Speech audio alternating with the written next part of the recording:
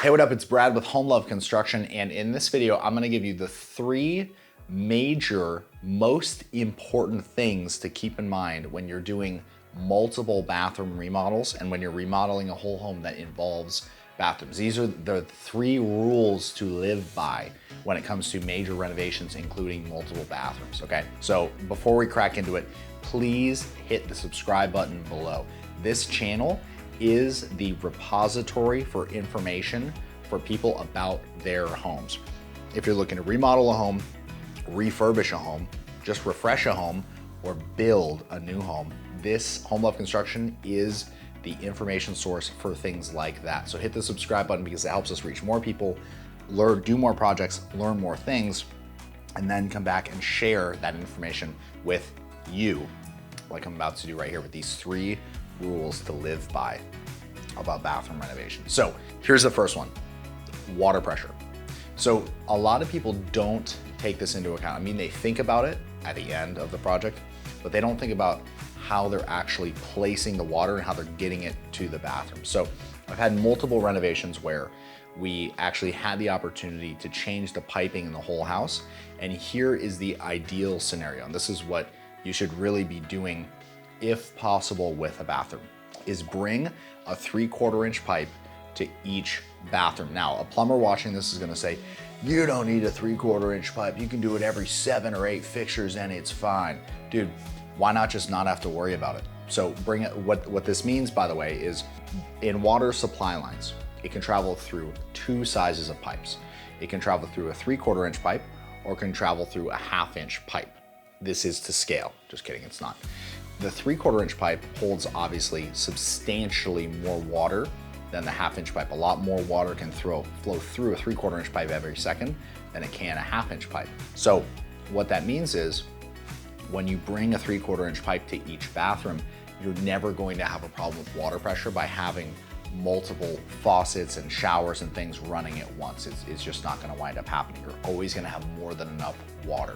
In order to do this, obviously there's a lot of piping that's involved, but when you're doing a major renovation and remodeling a whole house or adding multiple bathrooms or something like that, bring the 3/4 inch line to every bathroom. Now, if you have half baths and they're like right next to each other, sure, 1 3/4 inch line to 2 half baths is fine. But the way that you solve the water pressure issue and make it never a problem, especially if you're in a luxury home and you're like, man, this house is beautiful, I paid $5 million for it and the water pressure sucks.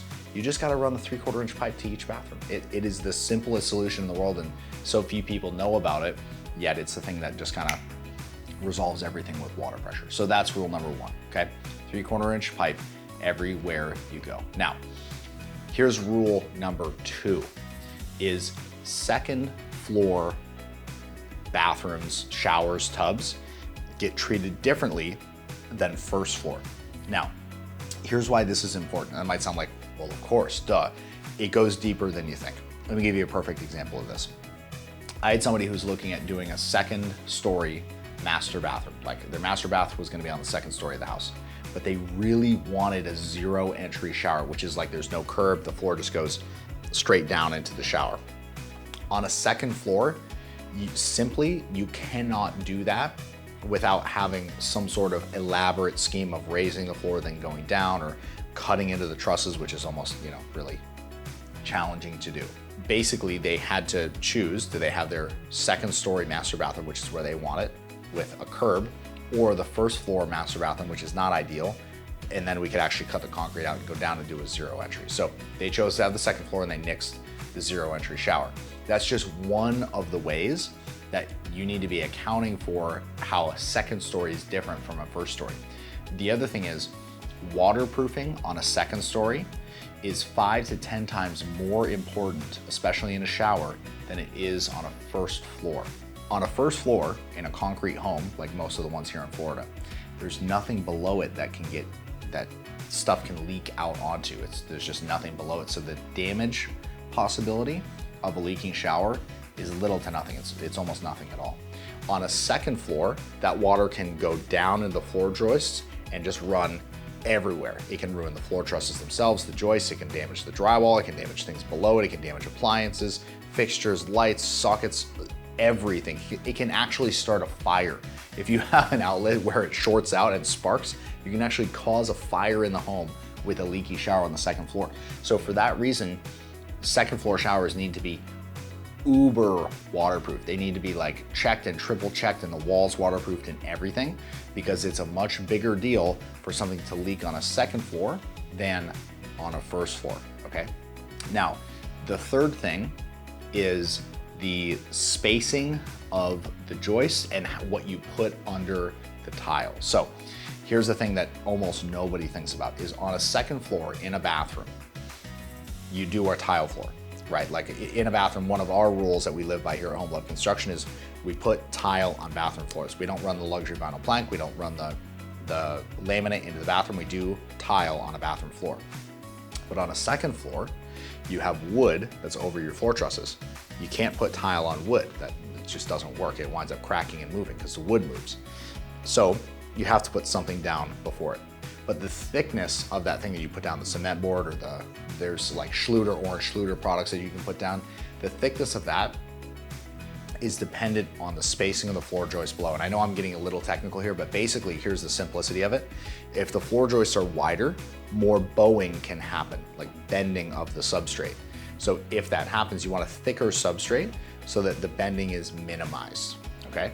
And it's actually stronger. So that's just one thing that you want to look at. You can consult your general contractor, but just say, hey, I heard in a video that the spacing of the joist is important. Are we putting the right thing under the tile?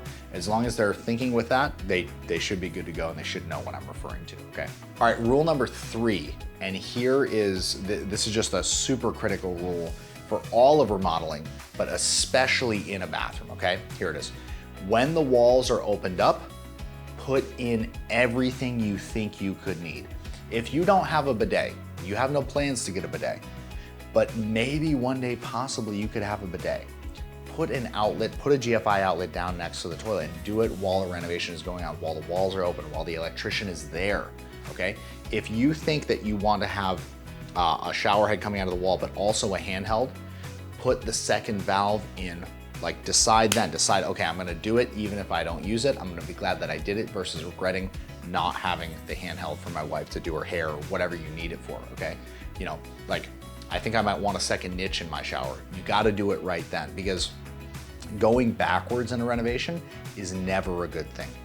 Do it when the walls are open, when everything is being actually just roughed in for the first time. And this goes doubly important for plumbing and electrical. If you think you want another valve, or you think you want another outlet or another switch, do it while the rough-in is happening, before the drywall goes on, before the tile goes on, before everything's all closed up.